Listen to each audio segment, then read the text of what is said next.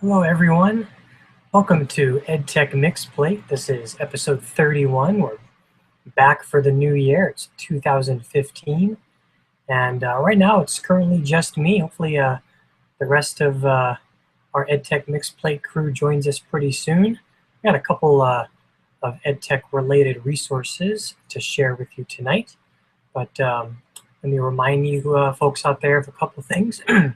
If you're joining us live, or if you're going to catch this episode after we record it, let me share a couple of sites with you. Hey, Michelle. Just getting started here. Okay, so first of all, as you can see in my lower thirds, check out our website. The short URL is bit.ly/edtechmixplate. And that'll take you to our official webpage where we've archived all of our past episodes. We have all of our show notes up. You can join our email list or send us a question that we may address in a future episode. And you can check out other information about EdTech Mixplate there. And tonight's show notes are located here. So bit.ly/mixedplate31. That'll take you to our Google document that contains our show notes for tonight. So feel free to check that out. I'll keep that down there underneath my face for a little while for all you viewers out there. And feel free to check that out while we have our show tonight or after the fact. And hey, Michelle. Hey, Mike. Family there. Yeah. Getting ready for school tomorrow? Yes. Yeah. Winding down from the Super Bowl? Yes. You watch the Super Bowl? No. Well, one family member did, but yeah, the rest of us did other things. It's kind of un-American to say that, so I'm a little ashamed. But. I'm not a football guy, but I typically watch it for the commercials. That's the important part of the Super Bowl for me. It was actually a really great game. It turned out to be pretty exciting down to the last couple of minutes of the game. So it was actually a pretty decent game this year. You know, I heard that, and then I wondered, is that like the Seahawks strategy? Because that's how they beat Green Bay too, right? A couple of weeks ago, it was down to those last few minutes. Down to the wire. Yeah. Yeah, it was a great game. They got pretty lucky. Huh. But, and how was Katy Perry halftime show? Was entertaining? Yeah, it was interesting, to say the least. But yeah, it was pretty fun to watch. It wasn't too bad. Okay. Let's introduce ourselves before we get started. Okay. First, for all you viewers out there, I'm Mike Fricano. I'm a tech integration specialist at Iolani School here in Hawaii. And Michelle, can you introduce yourself? Yeah. Hi, I'm Michelle Colte, and I'm the librarian at Haleiakula Elementary School. All right. And we've got a couple things to share with you guys tonight. You want me to start it off, Michelle, or you want to go first? Oh, no, you go ahead. Okay. I got one EdTech resource to share, and then I got a hashtag that I want to introduce everybody to. But if you let me share my screen here. So if you're checking out the show notes, you'll see what we're going to be sharing tonight. And I'm going to share a website that I ran across on Google Plus last week. It's a website that's hosted by Daily Genius, and they post a lot of great EdTech and technology-related content for social media, and they have a great website. Check them out. But it's a website called looks.org. It's kind of a play on MOOCs, massive open online courses. But they've created a website called Looks. And Looks, according to them, are little open online courses.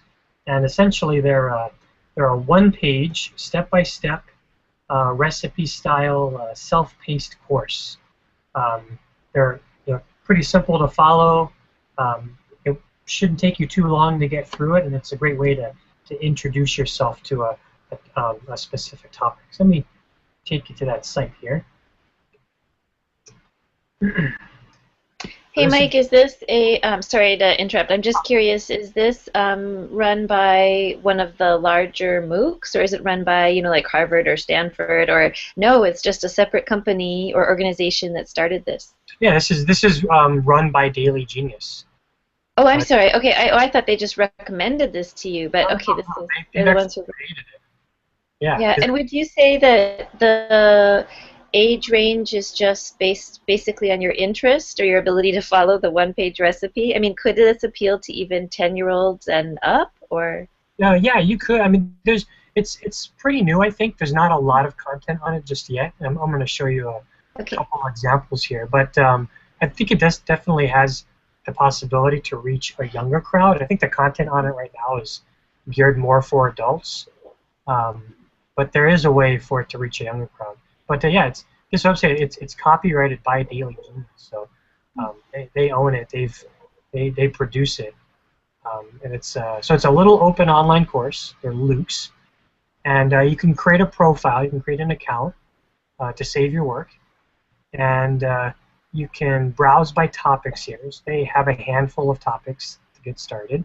They have a category on education and a category on technology. And here I'm viewing the education category. There's only 3 Lukes available, created by Jeff Dunn, and they are.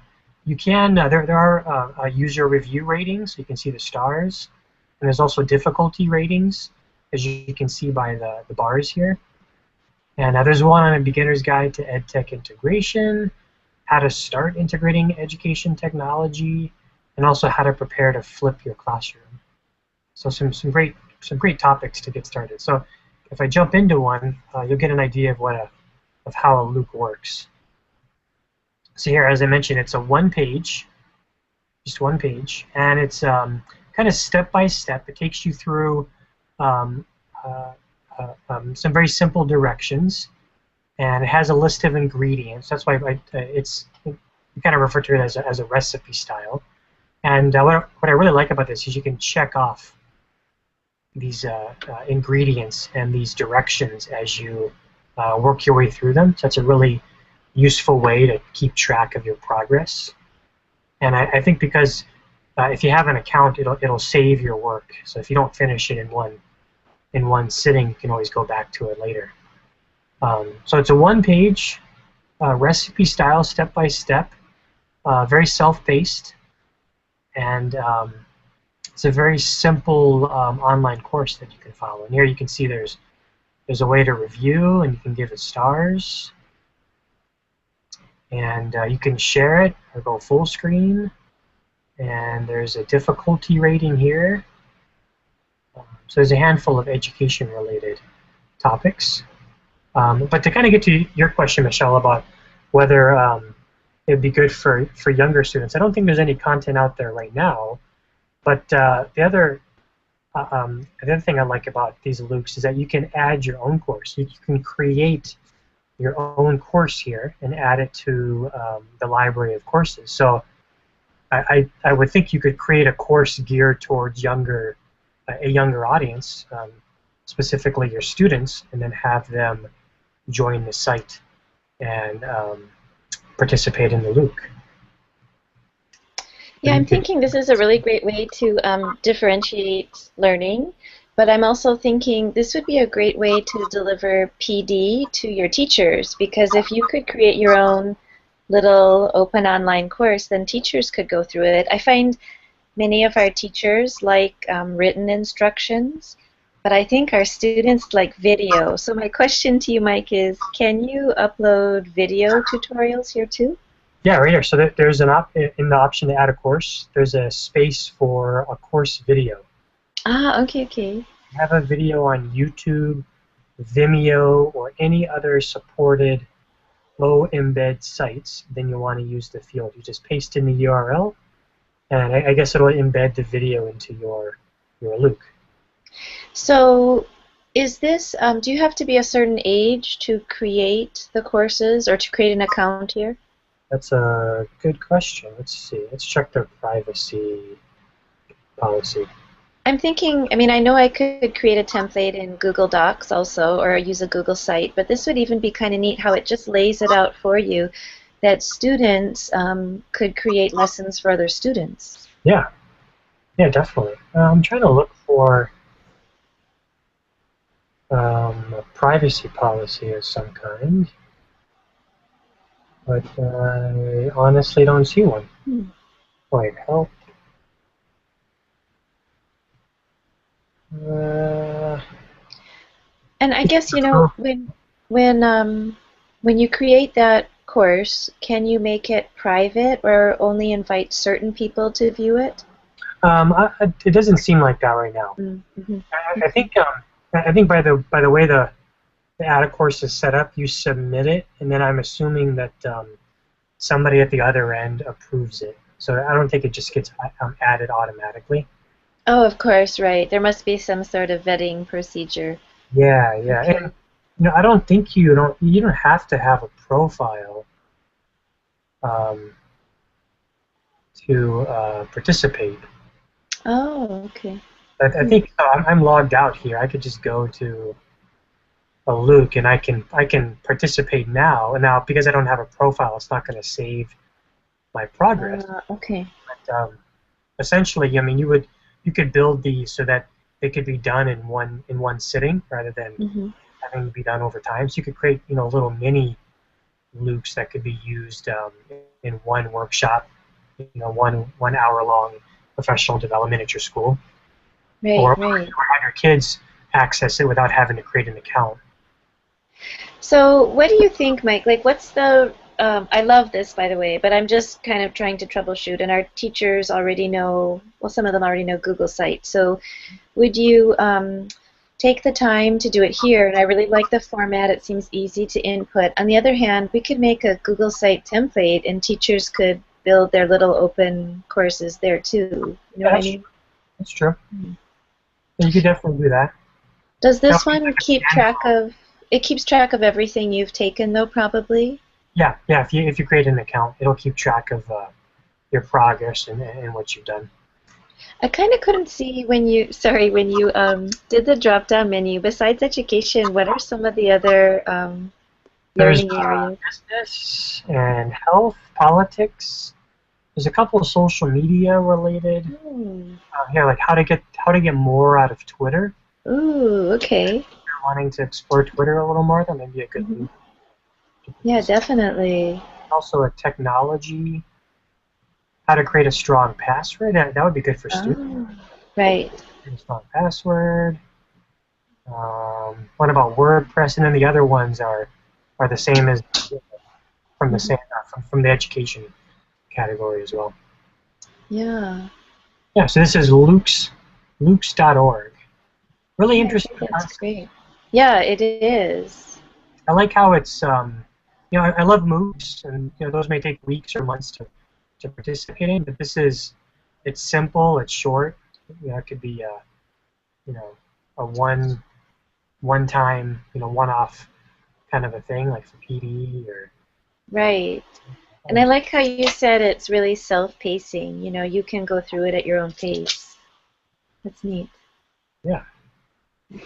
So Hey, that and Mike, Peggy posted in the Q&A, and she said they're still celebrating the entire Super Bowl experience in Arizona. great game. It was a great game. Yeah, yeah, that's neat. All right. So you wanted to share an app, Michelle? You have a good app to share? Yeah, and really it's just, I don't have too much knowledge. I'm totally a newbie with it, but it was Shane who shared it at Kamehameha's mashup, and he had shared it before at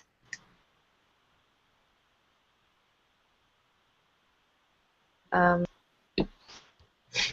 oh, really bad. Can you hear me? And you can see the app here? Yeah, I can see it. Okay. So, and Mike, did you use this at EK with the kids? Lego Movie Maker? No. Yeah. So, Lego Movie Maker is a free app that you can download to the iTouch, iPhone, or iPad. And what's really neat about it, and apologies because I don't have the the good hookup you do. I should almost have you bring it up on your iPad for everybody. But what was really great that Shane showed us is that it walks you through the whole process of, naming your movie, picking a template, and then snapping the photos. And it even guides you as to, with a grid that is superimposed over your the image or the object you want to take an image of. So you're getting your object in the same place in the photo each time. Anyway, it just walks you through everything, and you can add music, and it makes it fun and easy for this. And I don't have an example that I created because I'm finding that when I start, though, it's like I have to think really hard. Oh, what am I going to do? You know, I have to think of the content. I think our kids are much more quick. But I teach 808, and so I put the link in. Shane's teachers in his workshop came up with some really fun ones. And, of course, he had showed us that circle of life. I don't see it right here, so maybe it was in a different, he curated it someplace else. I think he had shown us Anchors Away. I think he showed that one to us. And so what he did that day at the workshop is he brought, it looks like Play-Doh, and then, you know, he rated his kid's toy box, or maybe his own since it did a lot of Minecraft. And then he had the teachers just create and play. I'm not sure if it will work in the Hangout to play the video. Should we see? Should we try it? Yeah, go for it.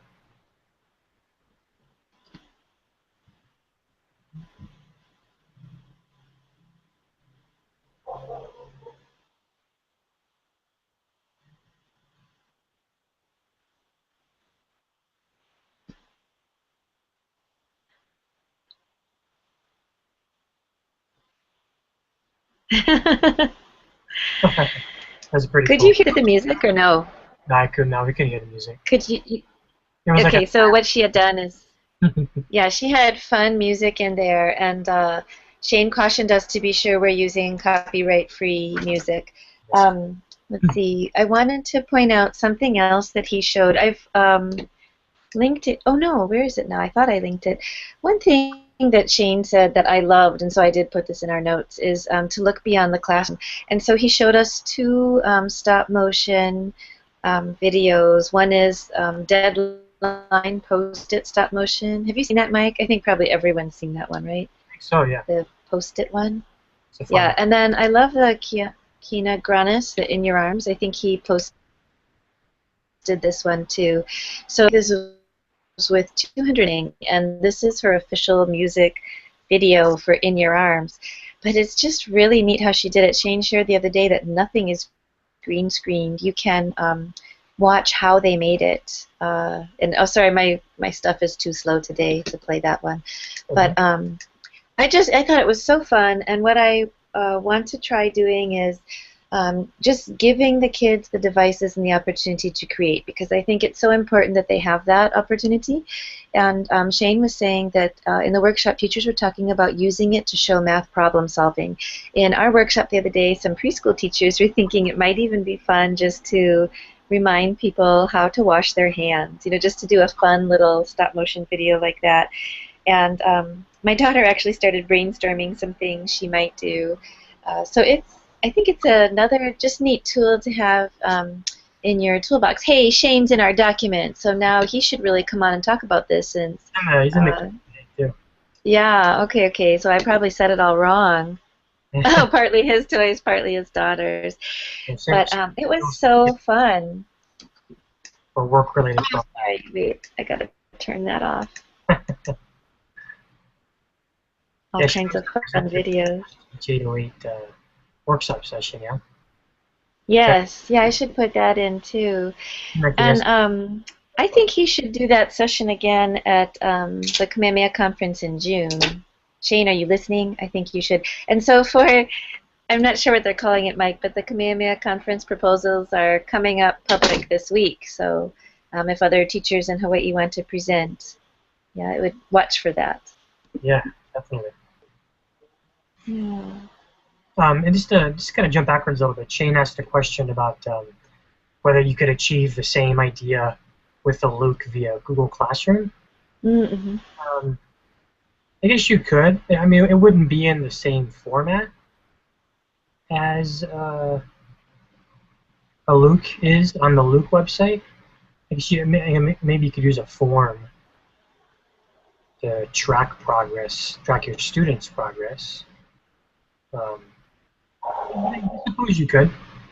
And as Peggy mentioned in the Q&A too, this website does look very new, and as she commented, that all the loops are created by the same person right now, so it does seem like a very new venture for Daily Genius, but it's a pretty interesting concept. I think it has a lot of potential. So it'd be interesting to see how far they take it and what it could possibly do. Well, Shane found that video for you for the Circle of Life. Yeah, I just saw that. I'll put it in the show notes if that's okay with him. Viewers out there. Yeah. Well, yeah, we'll toss that in the show notes for everyone else to watch. Yeah. Cool. Thanks for sharing that. It's really cool. It's a lot of fun. And if you wouldn't mind commenting, like how many photos do you have to take for every minute of film? Oh, I don't remember numbers. Shane told us, and I can't remember, but I think kind of a lot. It's a lot, yeah? Yeah, he'll probably tell us. Let's just wait here. Yeah, he needs to submit 2 sessions at Kamehameha, one on Minecraft and one on stop motion. Because you know what I really love about how he led that session is that he gave us as teachers a chance to create, and I think that too often we don't have that, the time to play. I know, Mike, you and I were talking about this too, because with DOE the way it goes most of the time is that we have such a limited amount of time, and it's just more to receive information.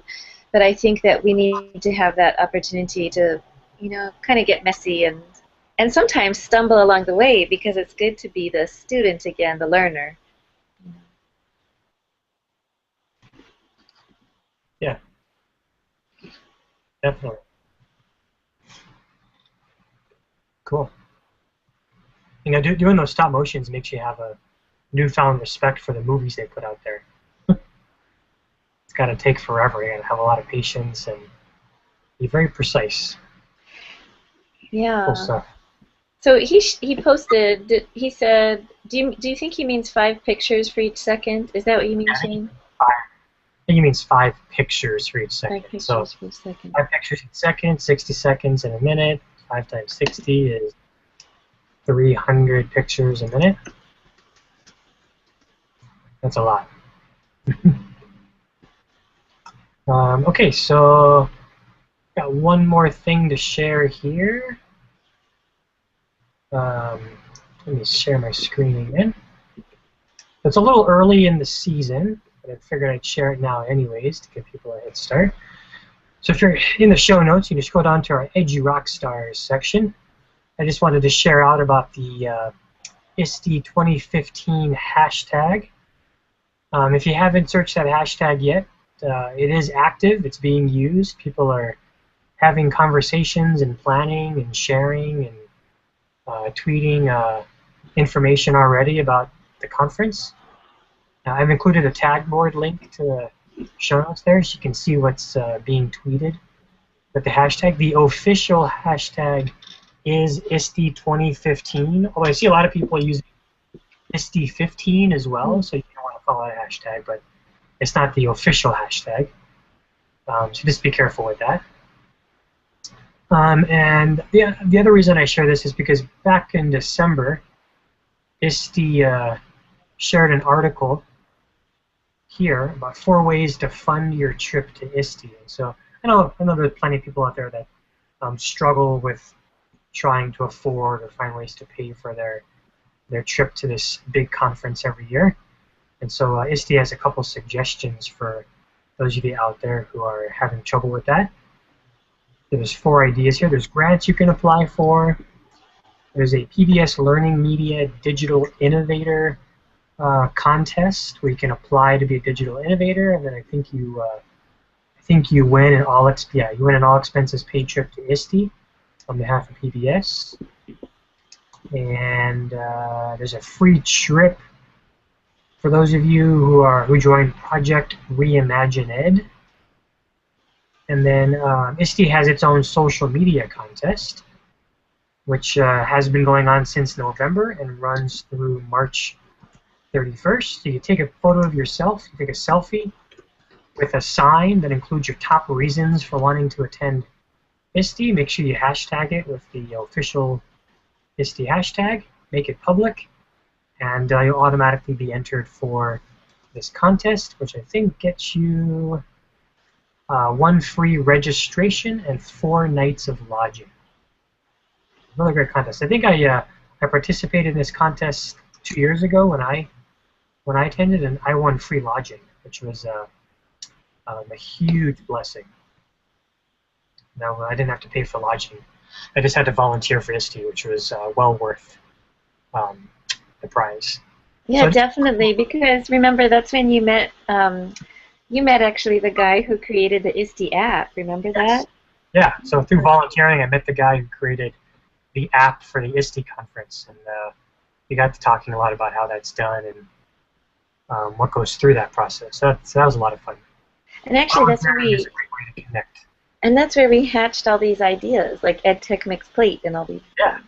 yeah, definitely. So that was really fun. Yeah, so I've linked. I have a link in the show notes to this article posted by ISTE, 4 ways to fund your trip to ISTE. So check that out, and if you're looking for a way to, if you're looking for some help in planning your trip, you may want to start here. Some great choices there. You know, I don't think it's too late, or maybe the due date's today, and then I guess it is kind of late if you're on the mainland, although we can still apply, Mike. But I think that PBS Media or something like that was also offering a trip to ISTE, if I think to 6 educators actually, Oh, if cool. they completed this application process and then were the video, the winners, sorry, for PBS Media. But I just want to say too, it's That's here in the article. oh okay, oh is that one of them? Sorry, yeah, PBS Learning Media Digital Innovator. yeah, that's the one. Some essay questions you have to answer. You have to submit a video of yourself talking about some things, and then yeah, there's so you could be 30 applicants selected for a 3-day all expenses paid trip. Oh So wow, they're picking 30. yeah, that's a lot. Wow. So your chances are, I mean, I don't know how many people apply for it, but 30 is a pretty good chance. Sounds like. When's the due date though, Mike? Do apply by February 11th. So you got Oh, about we still have time. Okay. that's time. 3-day Yeah, all expenses paid trip. So not a bad prize there. And yeah, you're definitely. deemed a learning media digital innovator by PBS. So that's pretty cool too. Mhm. Yeah, definitely. Thank you for sharing because, you know, lots of times when we see these contests, we think, oh, so many people will apply, I'll never get it. But I love that you shared you did. So Yeah, someone out there will win, right? definitely. Peggy's asking Yeah. if we're planning on going to ISTE, and I'll definitely be there. Um, I'll be presenting a poster session with my coworkers, so I'm excited about that. I'll be in one of the poster sessions, so I'll share more about that through social media when we get closer to the conference. And how about you, Michelle? Yes, because I was really fortunate that HISTE this year, when I received the Making IT Happen award, that they gave me free conference registration. So that was a treat. Yeah. So, Otherwise, Michelle, yeah, I thought Philadelphia was a little too far away and out of my budget, but I'm really excited. So yeah, this will be it's gonna be a lot fun. of fun. There's Hack Ed the day before, right? Yes, That's right. and you mentioned a conference to me the week before happening in Philly. Right. I thought so. It's the let's see, Susan Davis and Larry talked about it, and it's I think NAMLE, and I'm trying to remember what those initials stand for. I think it's something about media literacy, maybe National Association of Media Literacy, but that doesn't seem right. I'm missing a letter. Anyway, it just looked like a really good conference that might bring together, you know, not just groups like teachers or librarians or tech coordinators, but anybody who's interested in media literacy. It seemed, yeah, it just seemed like a different audience. And then plenty of people have been talking to me about the Boston conference. Are you thinking of ever going to that one, Mike? I've heard a lot about it. I don't have any plans currently to attend, although that'd be great. But You know, Sean had told us, and then I heard it just the other day when I was at the Kamehameha mashup, that the thing about the Boston conference is that it's so much more smaller and personal. People who have gone to ISTE felt a little overwhelmed, and what they liked were the personal connections at Boston. I want to say that that's BCS, is that right? Or I can't think what it is. uh, I'm sure Peggy knows what it is. yeah, Yeah, she'll tell us.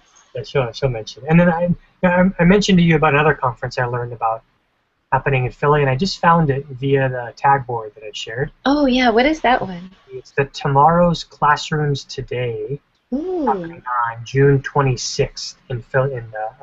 So that's Hmm. happening before ISTE. Who's running that one?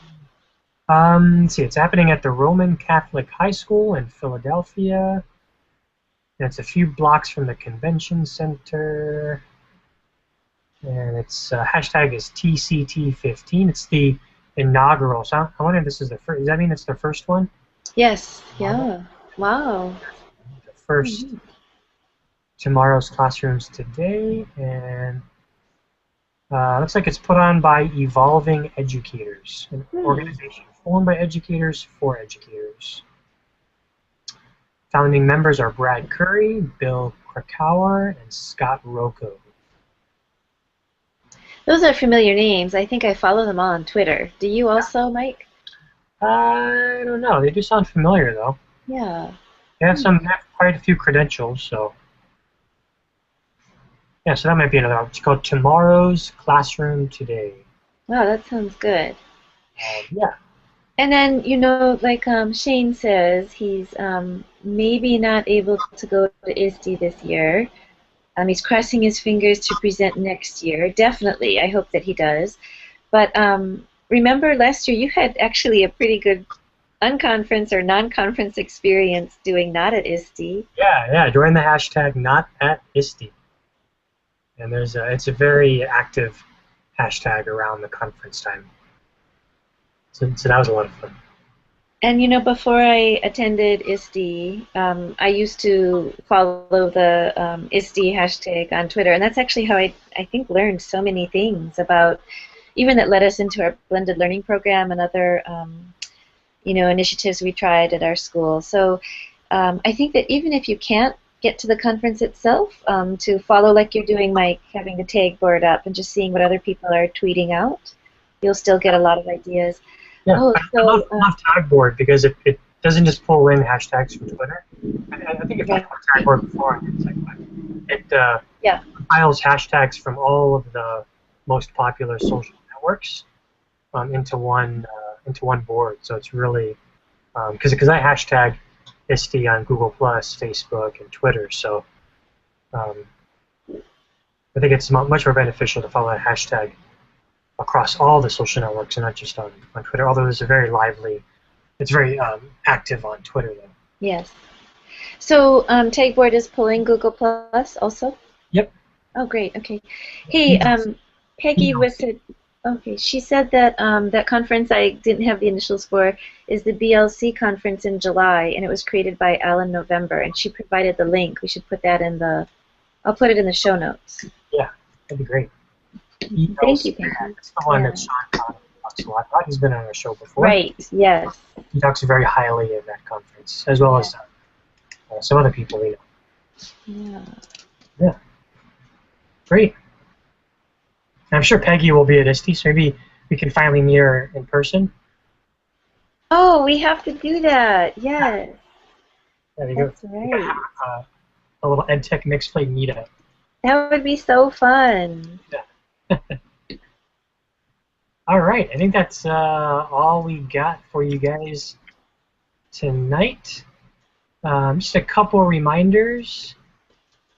Our show notes are located at bit.ly/mixedplate31, so check that out. As you were talking tonight, some new things have been added to the show notes.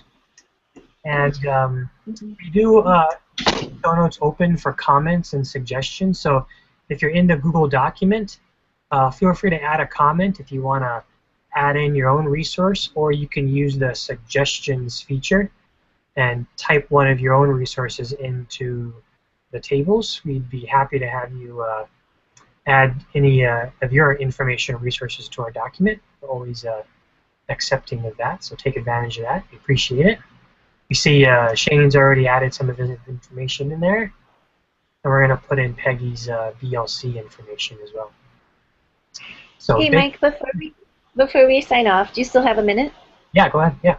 we're good. So I just want to toss out an idea that I thought was really great at Kamehameha. I did put Kamehameha's educational technology group in our EduRock Stars to follow. I loved what they did the other day at the mashup by having a first session where we went and we gained information. And I know you shared, what was it, Google Apps on the iPad? Mm-hmm. And Shane shared game-based learning versus gamification. And then I went to project-based learning. Anyway, there were so many different, maybe like, what was it, maybe 7 sessions, 6 or 7 different ones to choose from. And then after that, we came back together and discussed a little bit and then did an unconference. And I think that just beginning with kind of getting our brains going and finding some great ideas, even having opportunities to share in those first sessions, kind of warmed us up for the unconference portion. So I thought that was really neat, and I'm thinking we were going to try an unconference at Halikula in the next few months, and we might start it first with that way, like presenting first and then giving people choices and putting things up on a board. I thought that was really clever. Yeah, that was a really interesting PD. I really liked the format. Mm-hmm. They called it a mashup. It was basically like a workshop-based conference for half, and then an unconference for the last half. So that was really cool. Yeah. Hey, Peggy said she'd love to meet up at ISTE. She's still working out the arrangements. She said her first ISTE conference was in Philadelphia when it was NECC in 2005. I'm not sure if you say NEC or NECC. And isn't that the one that Alan was talking about? That was his conference that he first went to at the opening of the mashup the other day? I think it was. You mentioned that.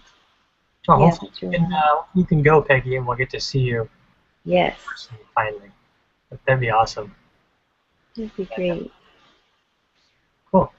And Shane said he's presenting at KITC. Is that the Kamehameha Tech Conference in early June, Mike? I don't know, Shane. Is that the HITC? The Hawaii Island Tech Conference? Oh. He's talking about a different one. I'm not sure. Shane's presenting all over the place. He is. And probably he's doing Punahou again in the summer. Yeah, if you guys don't know Shane, Google Minecraft Guru. Yes, that's right. Bless you. Thank you. Okay, there's one more quick reminder for you viewers out there. Don't forget to check out our website. It's bit.ly/edtechmixplate. We'll have this episode's recording up there probably tomorrow, along with a link to our show notes.